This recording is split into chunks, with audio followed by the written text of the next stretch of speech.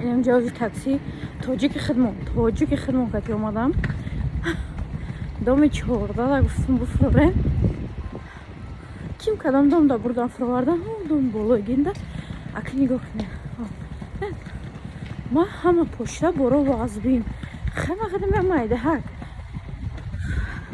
میگم دومی چنده خیلی من نمیدونم کنم دومی 14 گفتم دومی 14 میگه دومی 14 اومدم پدیزش تماما دیگره عموما دیگره то есть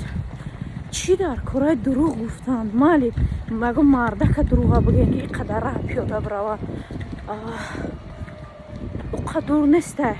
همین 200 300 تا 500 متر یا ماشین میآورده یکم کسی یکم چنانچه تیم بالی پول میگیرند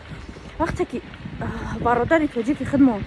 آنم خیلی فریب میکنن میدونن که همه آدم همین راه نمیدونه دوما را نمیدونه پروز که تمون نگوه